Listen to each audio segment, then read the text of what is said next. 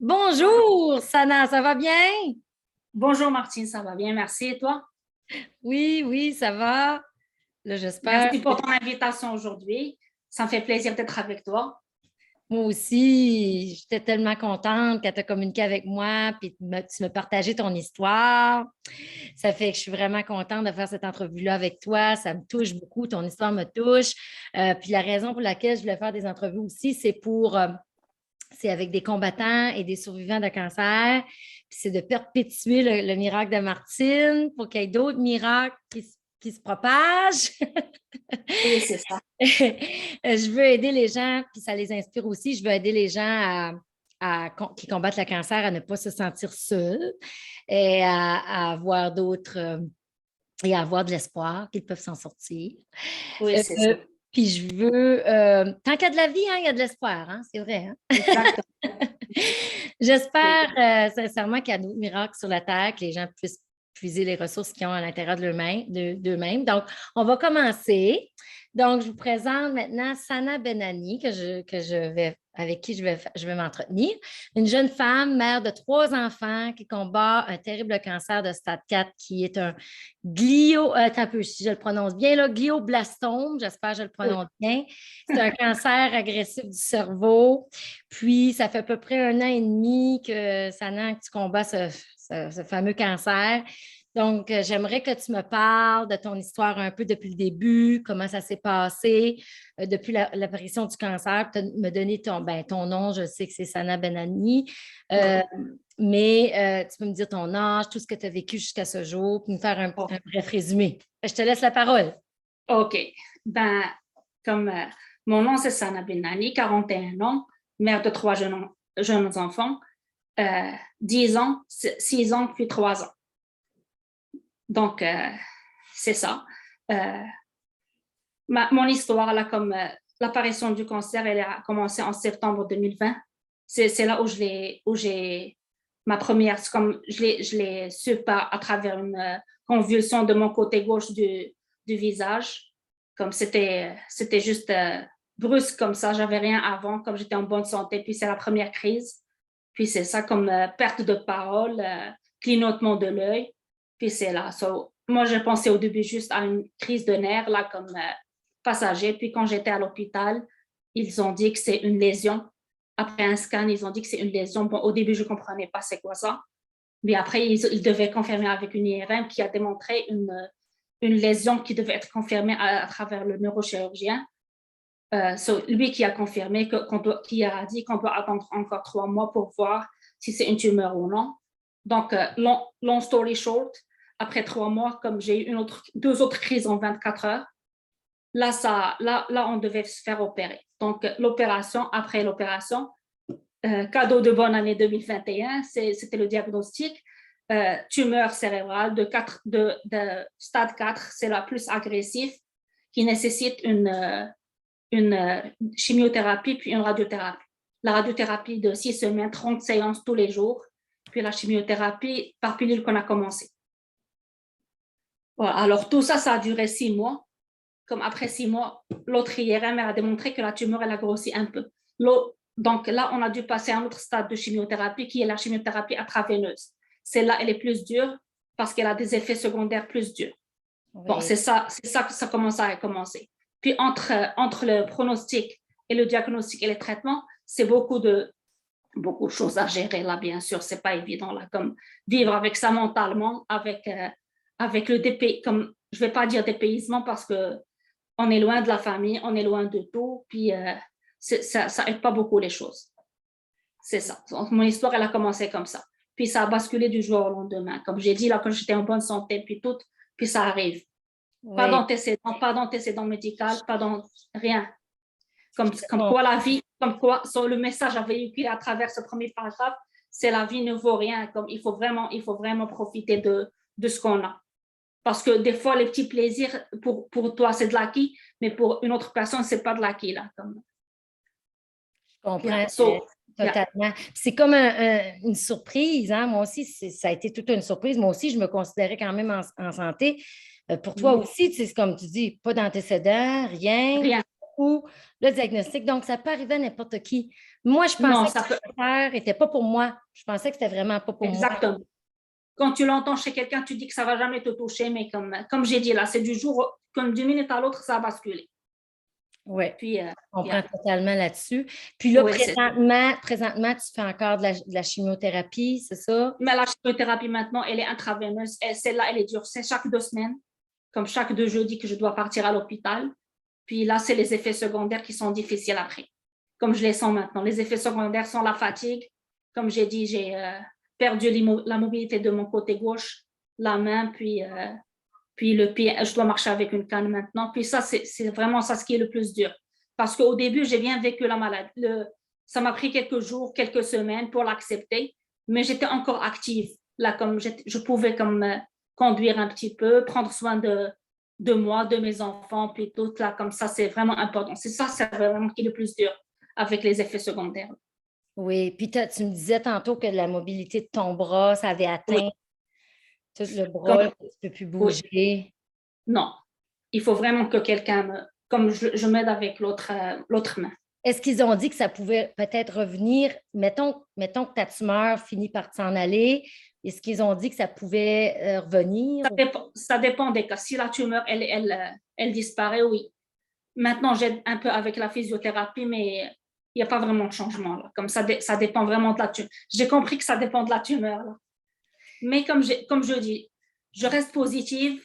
Comme je dis, comme je peux bouger l'autre, ça aide un peu. Il y a des gens qui sont pires que moi, là, comme j'essaie de rester positive pour garder de l'espoir. Je te C'est ça. comprends. Je sais qu'est-ce que tu veux dire parce qu'on peut, il peut toujours avoir pire. Fait que moi aussi, c'est ça, Exact, je me disais, exact. je me trouvais chanceuse, même quand j'avais de la difficulté à marcher, je me trouvais chanceuse, ça, je me disais, il y en a que c'est pire que ça, là. Ça Oui, fait c'est pour te dire la vérité, Martine. Au début, je ne l'ai pas accepté parce que il faut que quelqu'un me change, il faut que quelqu'un me. Comme les petites choses de rien du tout, comme couper quelque chose, je ne peux pas le faire. Là, comme. Puis, comme pour les gens qui me connaissent avant, j'étais une superwoman. Là, je faisais tout, comme tout, toute seule. Là, comme, des fois, j'acceptais même pas de l'aide. Puis, là, du jour au lendemain, comme. Ben, restons positifs, restons positifs. Non, mais C'est ça. je te comprends parce que tu étais une superwoman, puis tu faisais beaucoup de choses, puis Ah une oui, femme indépendante, puis tu sais. c'est ça, c'est ça. Je vais passer à ma prochaine question. Qu'est-ce que tu penses qui ont été les stratégies que tu as utilisées pour traverser ces moments difficiles-là? Parce que, veux pas, ça prend beaucoup de, comme tu as parlé un peu de positivisme, mais d'optimisme, mais aussi, tu sais, compte tenu que tu as des jeunes enfants, tu sais, tout ça, c'est pas évident. Donc, c'était quoi les stratégies à ce moment-là que tu as utilisées pour traverser ces moments difficiles que tu traverses encore d'ailleurs? Bon, Martine, c'est pas vraiment des stratégies, mais moi, je vais me focaliser sur un terme, c'est le moral. C'est le moral qui joue un rôle le plus important. Et pour te dire la vérité, le moral, pour les gens qui sont pas malades, des fois, c'est difficile. Avec toutes les circonstances qu'on vit maintenant, depuis 2 ans, le Covid, ici au Canada, le froid, comme les conditions climatiques, tu peux pas comme te déplacer normalement et tout. C'est ça. Le moral, il faut jouer sur. Dans nos cas qui sont malades, c'est un peu plus difficile parce qu'il faut gérer beaucoup de choses. Le Oui. moral, des jours ça va, des jours ça va pas. Comme des fois, tu te lèves le matin sur le mauvais pied. Tu te dis, qu'est-ce que tu as? Qu'est-ce que j'ai? Comme, pourquoi je suis comme ça? L'autre jour, tu te dis, oui, je suis bien. Profite de ce que tu as. Donc, moi, c'est pas vraiment une stratégie, c'est le moral qui joue un rôle. Donc, dans ma situation, je joue beaucoup sur mon moral, pour moi, pour mon petit entourage, pour ma mère, pour mon mari, pour mes enfants, pour mes amis qui sont ici avec moi, qui me supportent beaucoup. Puis on va revenir à ce point après. Là, comme c'est ça, c'est le moral, c'est la stratégie, c'est le moral. Parce qu'à OK. part ça, c'est ça.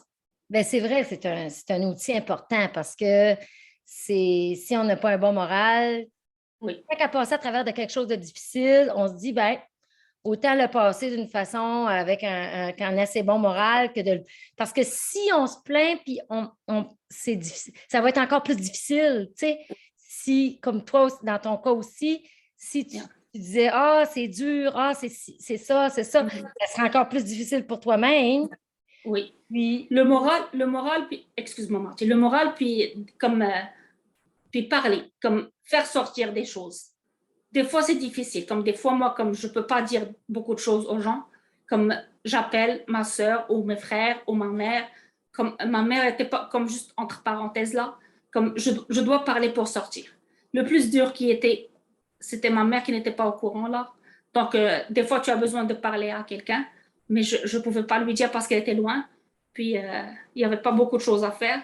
Donc, pour faire sortir ses affaires, il y a ma soeur qui est vraiment très proche de moi, mon mari qui me soutient qui m'a toujours soutenu, puis je ne sais pas comment j'aurais fait sans lui là, puis c'est ça. Donc, Comme la la communauté, famille, les puis les amis amis. Les ont amis. joué un grand Moi, la rôle. chance que j'ai ici, c'est que j'ai pas de famille ici, mais la communauté, que ce soit mes amis, mais il y a parfois des que je connais même pas, comme qui viennent, puis qui ramènent de la nourriture, qui ramènent des cadeaux pour les enfants, comme des gens vraiment, des connaissances, des amis. Ça, c'est un soutien psychologique très important qui m'a aidé. Comme c'était un support inconditionnel, puis ça m'a vraiment touché, puis c'est vraiment, ça m'a beaucoup aidé à dépasser beaucoup de choses, dépasser beaucoup parce qu'il y a eu beaucoup de difficultés là, comme gérer mon moral, gérer les enfants, gérer les gens, gérer beaucoup de choses, comme c'était pas évident, c'était pas Mais vraiment bon, évident. c'était Puis bien entouré. tu vis avec juste le fait de dire que c'est un cancer à quelqu'un, c'est un gros mot, c'est lourd. Puis vivre avec, c'est encore plus lourd, là. Mm. Ouais. Ah, ben, je suis contente que tu avais un bon système de soutien, des gens Ah qui oui, étaient là pour toi. jusqu'à présent, Euh, jusqu'à présent, là, comme je ne pourrais les remercier assez, puis à la fin, je vais les remercier. Ben, je ne vais pas citer les noms parce que ça va me prendre comme 1 heure ou 2 heures pour le faire. Ben, en tout cas, on reviendra. Ils vont regarder cette entrevue-là, puis ils vont être. Ah oui. Ouais. Ils vont savoir que tu les as remerciés. Donc, quels sont les obstacles que tu as rencontrés qui ont entravé ta guérison, mais qui t'ont donné aussi plus de fil à retordre pendant que tu essayais de te guérir? Puis, par exemple, tu sais, le stress financier, le stress tout court, les enfants, tout ça. Alors, parle-moi des obstacles. Alors, les obstacles, il y en a eu. Il y en a eu des obstacles. Premier obstacle, c'est le COVID. Donc, connaître sa maladie dans la période de COVID, faire sa chirurgie dans la période de COVID, les traitements dans la période de COVID, comme tu ne peux pas recevoir des gens, tu ne peux pas comme... c'est ça. Ça, c'est le premier obstacle que tout le monde a vécu, soit pour un malade, soit pour un non malade. Le COVID, il a vraiment comme paralysé la vie, là. Puis, deuxième obstacle, bon, il y a ma mère, comme j'ai dit, là, quand j'ai su qu'elle a la maladie, il y a ma mère qui est loin, très loin au Maroc, ne savait pas. On ne voulait pas lui dire parce qu'il y avait un problème de... Il n'y avait pas de problème, elle ne pouvait pas venir parce que son visa, il avait expiré. Donc, puis il y avait une coupure de vol, puis tout. So, je devais gérer ça. La pauvre, à chaque fois, elle me parle, elle me dit que je veux te voir, juste pour me voir et voir les enfants. Donc, à chaque fois, je devais cacher ma tête pour qu'elle ne voit pas comme la perte de cheveux, puis tout. Je devais me trouver des excuses. Soit j'ai une migraine, puis je mets un foulard, soit je mets un chapeau, puis je vais sortir. À chaque fois, je lui dis quelque chose, la pauvre, là, puis Oh, ça devait après, être difficile. ça, c'était difficile pour moi, vraiment, parce que quand tu ne peux pas parler à ta mère, c'est difficile. Donc, c'est ça. Ça, c'est le deuxième obstacle. Troisième obstacle, comme un après un, là. En février, en janvier, j'avais commencé ma radiothérapie puis ma chimio. Puis là, je m'excuse là, comme les souffles. J'apprends que mon contrat, il a été coupé. Puis, coupure du contrat engendre coupure des assurances médicales. Ça a été dur. C'est là où vraiment ça a été dur pour moi parce qu'il y a beaucoup de médicaments que je prends. À part la chimiothérapie par pilule, c'est les corticoïdes, comme c'est beaucoup de médicaments, depuis le matin jusqu'au soir, puis ça coûte cher. Là, une amie que je considère comme une grande sœur, puis beaucoup de mes amis, ils ont eu l'idée de faire un GoFundMe pour moi. Ça m'a beaucoup aidé, puis je les remercie énormément. Je ne les remercierai jamais assez. Le GoFundMe nous a beaucoup aidé dans les frais médicaux. Donc, après, je prévoyais de partir au Maroc pour me ressourcer puis pour voir ma famille après 2 ans que je ne les ai pas vus. Donc là, mon état s'est un peu détérioré, puis je devais faire comme après consultation avec l'oncologue ici, il m'a dit que tu dois commencer le traitement là-bas. Puis le traitement là-bas, il coûte cher. Une séance de chimiothérapie coûte $3 000. J'ai dû faire 3 séances parce que les vols ont été bloqués là-bas. Donc, c'est ça. Donc, le GoFundMe, puis le soutien matériel, il m'a beaucoup aidé dans ça. Puis, c'est ça. Le stress financier, bon, on dirait qu'avec le GoFundMe, puis le support des gens était bien. Le stress normal, là, comme quand je suis partie au Maroc, puis même ici, c'était un peu diminué parce que quand tu es bien entouré et tout, ça t'enlève beaucoup de choses. C'est ça. Ouais. Puis, comme la coupure du contrat, elle m'a beaucoup affectée dans mon traitement parce que je ne l'ai pas accepté là. J'ai trouvé ça vraiment inhumain. Je ne vais pas citer d'entité, ni de nom, ni de rien. Je vais garder juste les gens qui m'ont aidé, puis comme la positivité, comme je t'ai dit tout à l'heure. Mais ça, c'est des choses qui arrivent. Heureusement qu'il y a des gens qui ont compris la situation, puis comme ils m'ont aidé à faire ça. Oui, parce que pour que tu puisses te concentrer sur toi-même et ta guérison et non pas ce stress financier, je comprends, parce que là, on ne peut pas travailler, on ne peut pas, on peut pas les faire, on ne peut pas, c'est ça, fait que c'est pas évident. Puis pendant que tu ne travailles pas, ben, quand il n'y a pas d'assurance salaire, il n'y a pas d'argent qui rentre. Là. C'est ça. Ça fait que c'est ça. Et Dieu sait combien ça coûte comme les médicaments. Là, comme ça nous a coûté, comme on dit, les yeux de la tête. Ça coûte beaucoup. Puis un malade de cancer, comme juste un cancer, il doit bien manger. Comme j'ai changé mon rythme de nourriture, comme beaucoup de choses biologiques, les médicaments naturels. Ça coûte cher. Ça. Puis les médicaments naturels. Presque 2000 $ par mois juste en produits naturels. Juste ça, pas les médicaments, produits naturels. Exactement. Exactement, oui. C'est quelque chose. Fait qu'au moins, je suis contente que tu as eu ce support-là, puis que tu as eu le GoFundMe, puis tout ça pour t'aider. Oui. C'est pas évident, la perte d'un contrat. C'est certain que ça devait être comme un stress qui était là. C'est plat que quand on doit se battre contre la maladie, qu'il nous arrive des affaires de même. Ça, je trouve ça vraiment désolant aussi. Moi aussi, j'ai vécu ma part de... Je le vois, je le vis toujours avec les assurances. C'est ça. J'ai toujours ma part de stress. C'est jamais évident. Tu sais, pendant que tu es en train de te combattre, de battre pour ta vie. De te battre, exactement. Il faut que tu te bats pour autre chose. C'est ça. C'est beau. Ça fait qu'on on va envoyer ça dans l'univers pour que quand tu vas guérir, tu vas avoir un meilleur emploi même après. Oui. Oui, on ne sait jamais ce qui va se passer. On ne sait jamais, on envoie ça dans l'univers. Puis, aussi, quel message, là, on est vraiment rendu à quelque chose qui est très important aussi, quel message que tu aimerais véhiculer aux gens, à nos auditeurs et auditrices pour qu'ils puissent vivre une meilleure vie? En d'autres mots, des conseils que tu aimerais prodiguer aux gens pour qu'ils voient qu'est-ce qui est important dans la vie. Là. C'est quoi les conseils ou les messages? Après mon expérience, Martine, comme si je devais revenir derrière loin, comme... toujours garder la positivité, puis profiter des petits plaisirs de la vie. Parce que les petits plaisirs de la vie qu'on considérait comme acquis ne sont pas des acquis, ne sont plus des acquis pour nous. Comme moi, dans ma situation, comme je dis là, monter des escaliers maintenant pour aller dans ma chambre, c'est un plaisir, c'est un défi, parce que je ne peux plus le faire toute seule. Il faut que quelqu'un m'aide pour le faire. Donc ça, pour nous, avant, c'était de l'acquis. Sortir, prendre une marche, ça, c'est aussi comme un plaisir.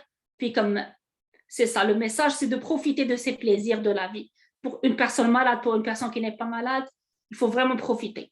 Parce que si on revient en arrière, je ne m'aurais jamais plaint des choses comme futilité. Comme parfois, on se plaint je sais que c'est facile à dire, mais c'est ça la vérité. C'est ça la vérité. C'est facile à dire parce que toute personne, elle s'énerve. Même moi maintenant, comme je dis ça, j'essaie d'être positive, j'essaie de garder l'espoir. Mais des fois, tu ne peux pas, là, comme c'est humain. C'est humain. Des fois, tu n'es pas bien. Comme, je comprends ce que tu veux dire. Tu veux ne pas rien prendre pour acquis parce que les gens, ils ne savent jamais. On ne sait pas ce qui nous attend. Puis, il ne faut rien prendre pour acquis. Il faut profiter d'un coucher de soleil. Rester positif. Dans mon cas, là, comme j'essaie de voir le côté positif. Alors, le côté positif dans mon cas présentement, c'est que j'ai pu ramener ma mère ici, elle est avec moi.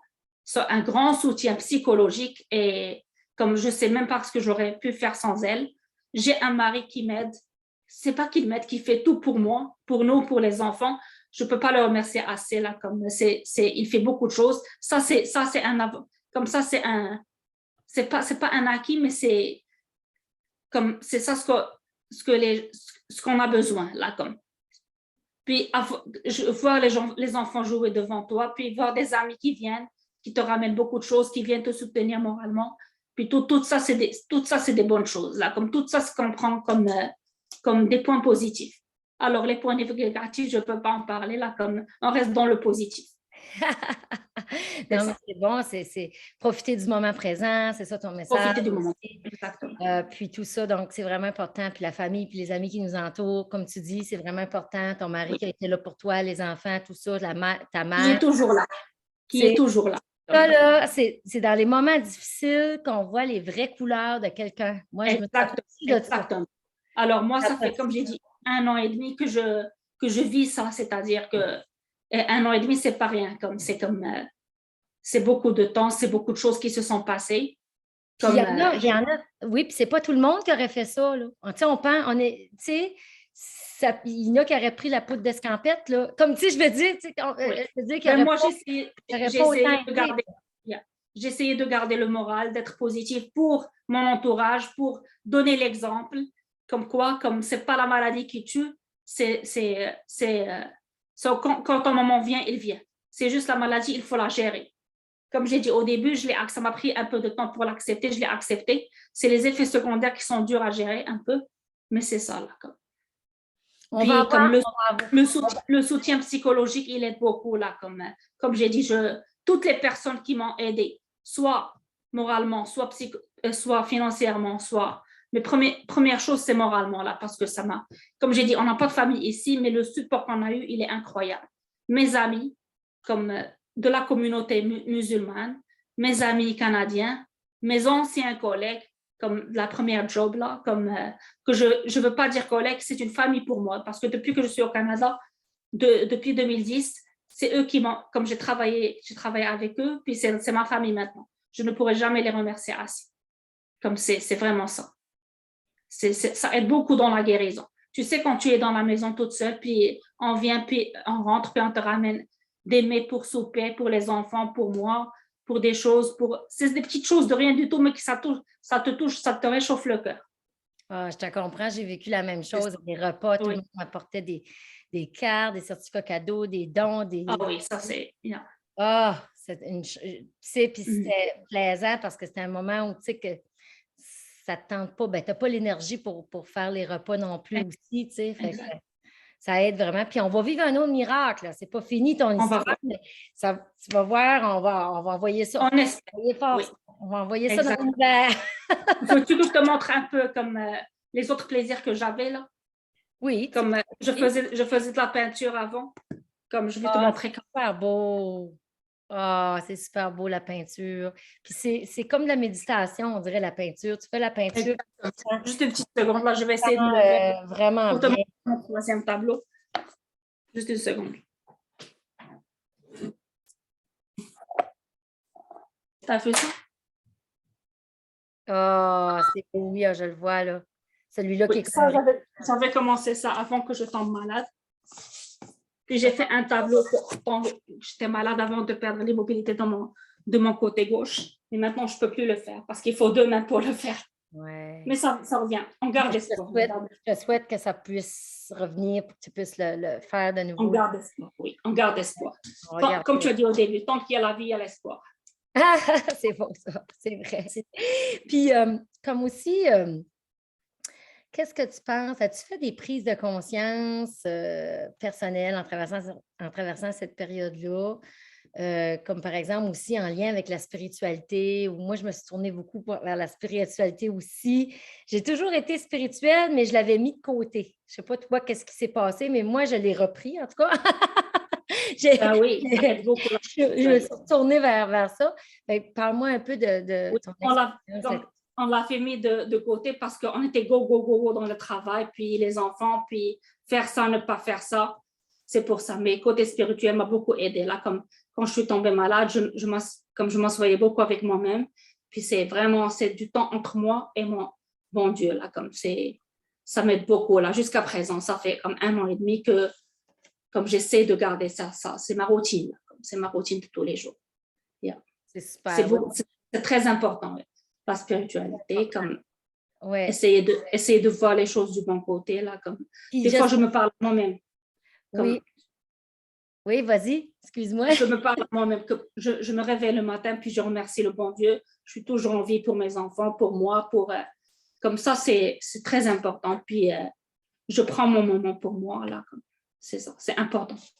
Puis C'est très important. si tu crois au miracle, je pense que si tu le crois vraiment, je pense que ça va se produire. Je pense que si on le croit qu'on peut guérir, parce que ça se fait. Il y en a qui ont guéri de cancer de stade 4, cerveau, des cancers comme même qui disaient qu'il n'y avait pas de chance, pas beaucoup de Ah chance. oui, on m'a dit ça. Non, mais On m'a dit ça beaucoup de fois. oui. Comme il y a pas, comme ton cas est incurable. On me l'a dit comme ça. Ouais, moi Est aussi. incurable. Il te reste tant de mois à vivre, il te reste tant de. Puis ça, c'est dur sur le mental. Quand tu vas chez le médecin, puis il te dit que tu as 18 mois à vivre. Comme s'il n'y avait pas la spiritualité, tu serais mort à l'instant même. C'est ça. Comme moi, il disait 2 mois à vivre. Ah oui, non, Je l'ai jamais. Moi, je ne crois pas à ça. Je l'ai jamais cru. Je l'ai jamais cru. Puis j'ai jamais Non. senti que c'était la fin non plus.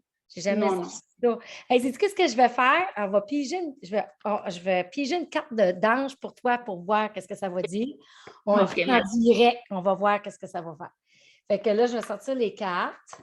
Je crois beaucoup dans les anges et les archanges. Moi, c'est mon. Je leur parle, là, tu sais. Puis là, attends, là, je vais les mélanger. Puis là, ce que je vais faire, ils sont ici, là, je vais taper 3 fois dessus. Puis, là, je vais en prendre une pour toi. Je vais en prendre une au hasard. OK. Puis là, on va aller lire qu'est-ce que c'est. Le violet. C'est bon. Wow. Le violet, c'est la... C'est ce que je mets aussi, le violet. Ça matche avec mon oui! t-shirt. Oui, c'est super. Puis ça dit la spiritualité. Wisdom, c'est la sagesse, je pense, en français. Oui, puis l'humilité. Puis quand je vais wow. dans le petit livre, ça explique un peu plus. Là, je vais aller voir qu'est-ce que ça dit, mais c'est vraiment bon. Violet, là, je vais aller voir qu'est-ce que ça dit. C'est en anglais, il faut que je le traduise. Bon, cette carte est pour te rappeler, ben là, je le traduis au fur et à mesure en français. Cette carte est pour te rappeler de la sagesse, de l'humilité qui est sur ton cheminement spirituel. Puis que tes cadeaux, gifts, are given equally and without discrimination. Puis le violet représente l'amalgame du rouge et du bleu des chakras, qui est un équilibre entre la passion et le calme. Puis, ça te permet d'avoir une perspective équilibrée avec le respect, puis les différents aspects spirituels de ta vie. Les archanges qui sont liés avec cette carte-là, c'est les Sandalphon, Jérémiel, Michael, puis Michael, moi j'y parlais souvent parce que c'est l'ange protecteur, Raziel, qui est associé à ce symbole-là. Puis, ils disent que c'est bénéfique de faire de la méditation, puis de continuer à croire en soi-même, puis même de porter du mauve si tu te sens comme déprimé. Wow. Oh, ça, c'est une bonne coïncidence. Ouais, ça, c'est une bonne coïncidence, comme je porte du mauve aussi. Ben, je te le dis, c'est ça. Moi, je suis là-dedans, là, c'était la carte pour aujourd'hui, puis c'est vraiment bon parce que ça va te donner la sagesse de continuer qu'est-ce que tu as bien commencé. Puis, ça va te donner le calme aussi parce que moi, je me suis rendu compte aussi que si on pense à tout, puis je sais, je l'ai déjà fait aussi, là, penser à des affaires, là, j'y pense, là, mes résultats de scan, j'ai les résultats lundi, puis je pense... humain. C'est humain, tu sais, on pense à ça, puis... C'est ce que je dis à ma mère puis à mon mari. Des fois, ils me voient là comme stressée, puis je vais faire une IRM ou bien juste pas bien dans ma peau là, puis ils disent qu'est-ce que tu as. J'ai dit c'est humain que je sois des fois comme pas bien. Ben oui. Il me faut mon petit coin là comme pour dégager pour moi là. Comme. On peut pas toujours prétendre qu'on est bien. On n'est pas vraiment bien à 100%, non. Tu ne peux pas être bien à 100%, non. Non. Avec tout ce qui se passe. On a des hauts et des bas, puis il faut accepter qu'on a des bas. Il faut accepter et gérer, oui, exactement. Puis quand ça arrive, hein, on pleure, puis... ça passe, c'est ça. On pleure, puis ça. On pleure, puis on se dit, oh, je suis tannée de manger des vitamines. Pourquoi tu ne peux pas manger une crème glacée, là? J'ai pas mangé de sucre pendant 4-5 mois, là. Ben, aucun sucre, aucune viande, en tout cas. Puis, Moi, j'avais arrêté ça, puis je l'avais repris, là, comme j'en avais une. je l'ai repris parce qu'on ne peut pas toujours faire ça tout le temps non plus. Là, On doit se faire plaisir. On doit se faire plaisir de temps en temps, oui. Oui, oui. Pourvu que Il notre faut juste... corps reste alcalin. C'est ça. On ne doit pas exagérer, mais on doit comme se faire plaisir de temps en temps, c'est ça. Ah oui, oui, c'est important. J'essaie de penser si j'ai d'autres choses à te poser comme question. Tu as pas mal répondu à toutes mes questions, là. Pas mal répondu. As-tu d'autres choses que tu aimerais dire, qu'on aurait peut-être oubliées? Ou...